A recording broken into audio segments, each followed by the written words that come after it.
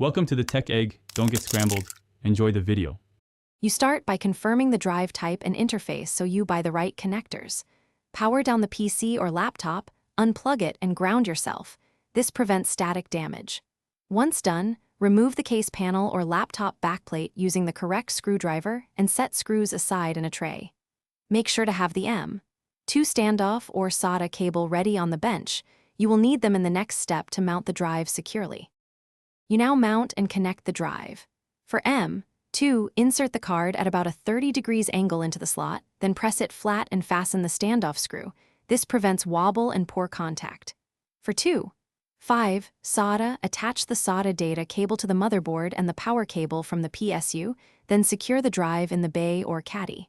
For laptops, slide the drive into the bay until it seats, then reattach the bracket. Proper seating prevents intermittent disconnects. You finish by powering on and entering BIOS/UEFI immediately to confirm the Kingston drive is detected, and if needed, adjust boot order. Once the OS loads, open Disk Management or Disk Utility to initialize, partition, and format the new drive so it's usable. If the drive isn't visible, reseat the M.2 or SATA cable, try another motherboard port, verify PSU power, and update BIOS firmware. This single troubleshooting step resolves most detection issues. Thanks for watching. Consider subscribing if I helped unscramble your problems.